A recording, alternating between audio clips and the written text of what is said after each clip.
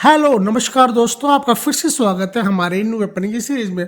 तो दोस्तों, जब से पाकिस्तान के करीब अमेरिका आने लगा है, तब से ही चाइना और पाकिस्तान के रिश्ते बिगड़ने शुरू हो गए, क्योंकि अमेरिका चाहता है कि वो पाकिस्तान चाइना से J-35A स्टील्थ फाइटर जेट ना ले और ना ही PL-15 मिसाइल चाइना से ले। तो दोस्तों, आज वो समय शुरू हो गया है कि चाइना और पाकिस्तान की ये दोनों डील बिलियंस ऑफ डॉलर्स की फेल होती नजर आ रही है।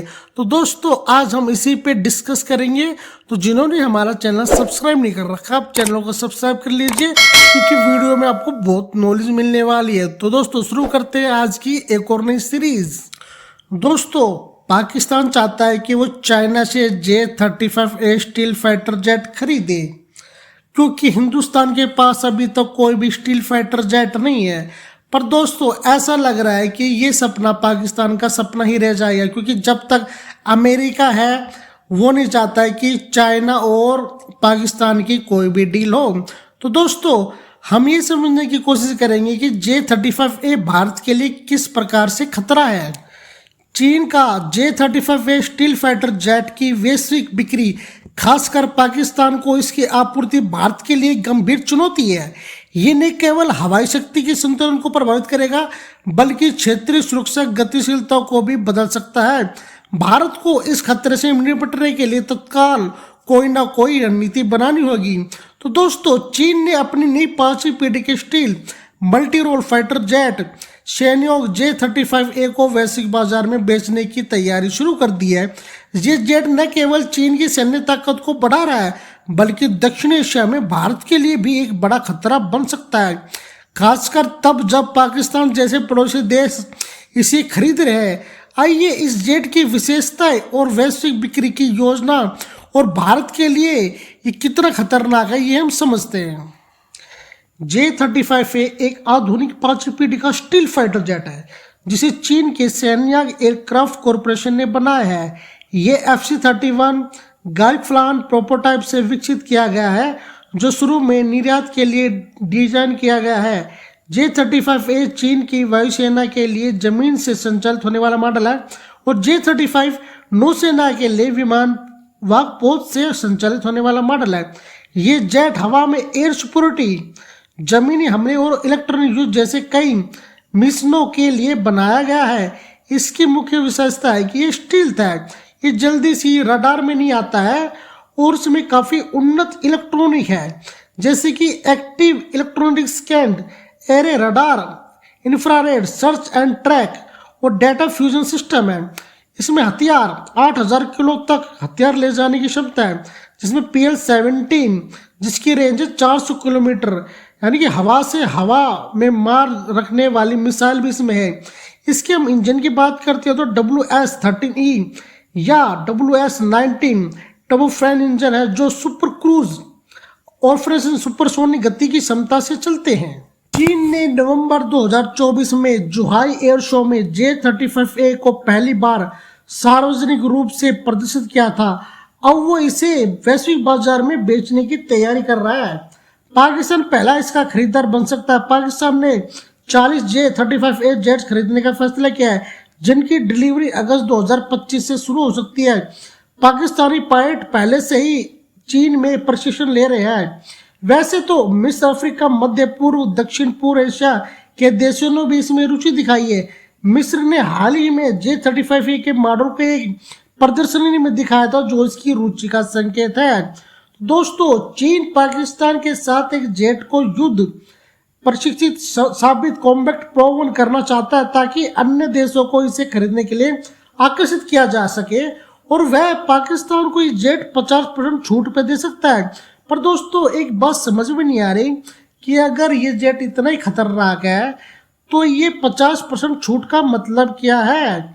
तो दोस्तों, चीन का लक्ष्य है कि वे अमेरिका के F-35, रूस के Su-57 और दक्षिण कोरिया के KF-21 जैसे जेट्स के साथ प्रतिस्पर्धा करें, यानी कि उनके साथ कंपटीशन करें कि J-35A की कीमत F-35 से कम होने की संभावना है, जो इसे विकसित देशों के लिए आकर्षक बनाता है। तो दोस्तों एक सीधा सा प्रोपेगेंडा चाइना का है कि ये फाइटर जेट अभी तक किसी भी युद्ध में प्रूव नहीं हुआ कि कितना ये बेस्ट है और इसकी स्टेल्थ टेक्नोलॉजी कितनी बेस्ट है। बस चाइना को ये है कि मैं किसी तरह इसको एक बार बेच दूं मार्केट में बस, और कुछ इसका ज्यादा पर्पज नहीं है कि ये किसी वॉर में इसको प्रूव किया गया है कि इसकी स्टेल्थ है इसको, या फिर इसकी जो कॉम्बैट पावर है। दोस्तों अगर हम पाकिस्तान और चाइना की डील की बात करें, अगर पाकिस्तान J-35A को खरीद लेता है तो ये दक्षिण एशिया में हवाई शक्ति के संतुलन को काफी बदल सकता है। पर दोस्तों इसमें भारत क्या कर रहा है और भारत की तैयारी कैसी है? दोस्तों भारतीय वायुसेना इंडियन एयरफोर्स के पास अभी कोई भी 5 पीढ़ी का स्टेल्थ जेट फाइटर नहीं है। भारत का स्वदेशी एडवांस मीडियम कॉम्बैट एयरक्राफ्ट एम का 2035 तक तैयार होगा। तब तक भारत को Su-35 MKI, राफेल, मिराज और 2000 और तेजस जैसे चौथी पीढ़ी के जेट्स पर निर्भर रहना पड़ेगा। पाकिस्तान की बढ़ती ताकत J-35A, पाकिस्तान की JF-17 और F-16 जैसी पुरानी तकनीक से कहीं आगे है। इसकी स्टील क्षमता, लंबी दूरी की मिसाइल जैसे PL-17 और उन्नत सेंसर भारत के रडार और मिसाइल डिफेंस सिस्टम को चुनौती दे सकते हैं। और दोस्तों जब तक अमेरिका है तो तब तक पाकिस्तान और चाइना की ये डील होना बहुत ही संभव नहीं है। पाकिस्तान की अपनी सैन्य ताकत बढ़ाने की उम्मीदों को चीन ने एक और झटका दे दिया। चीन ने केवल पाकिस्तान को हाइपरसोनिक मिसाइल देने से मना नहीं किया, बल्कि इसकी टेक्नोलॉजी को ट्रांसफर करने से भी साफ इनकार कर दिया है। सूत्रों की माने तो बीजिंग ने इस्लामाबाद को साफ शब्दों में कह दिया कि उसकी हाइपरसोनिक मिसाइलें एक्सपोर्ट के लिए नहीं है, इनका कोई एक्सपोर्ट वर्जन भी विकसित नहीं किया गया है। पाकिस्तान लंबे समय तक चाहता था कि चीन उसे हाइपरसोनिक मिसाइल दे ताकि वो भारत की बढ़ती मिसाइल ताकत का मुकाबला कर सके।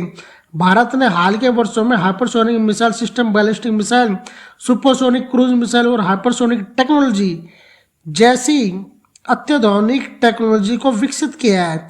डोमोस्ट्रल व्हीकल जैसे एडवांस हथियार भी विकसित किए हैं। खासकर ऑपरेशन सिंदूर में भारत की ब्रह्मोस मिसाइल की ताकत देखकर पाकिस्तान बेचैन है। वह ऐसी मिसाइलें चाहता है कि ध्वनि की गति से 5 गुना तेज हो, जिन्हें रोकना असंभव हो। पर दोस्तों ये इतना पाकिस्तान की बस की बात नहीं है। पाकिस्तान खरीद सकता है पर वो बना नहीं सकता। चीन ने हालांकि साफ कर दिया है कि वो अपनी स्पेशल हाइपरसोनिक तकनीक को सीक्रेट रखना चाहता है। उसे डर है कि अगर ये तकनीक पाकिस्तान को दी गई तो पश्चिम देशों या उनकी खुफिया एजेंसी को इस पर रिसर्च करने का मौका मिल सकता है। इससे चीन की सैन्य रणनीति से जुड़े रहस्य उजागर हो सकते हैं। अगर विशेषज्ञों की माने तो चीन अपने DF-17 जैसी मिसाइलों को अमेरिका और उसके सहयोगियों के खिलाफ महत्वपूर्ण हथियार के तौर पर देखता है, इसलिए वह इसे तकनीक को किसी के साथ शेयर नहीं करना चाहता। तो दोस्तों चीन और पाकिस्तान के बीच मजबूत रक्षा संबंधों के बावजूद यह इनकार दोनों देशों की दोस्ती के सीमाओं को दर्शाता है। दोनों देश सीपेक, लड़ाकू विमान, नौसैनिक जहाज और अन्य मिसाइल सिस्टम पर मिलकर काम कर रहे हैं, लेकिन हाइपरसोनिक मिसाइल के मुद्दे पर चीन का रुख सख्त रहा है।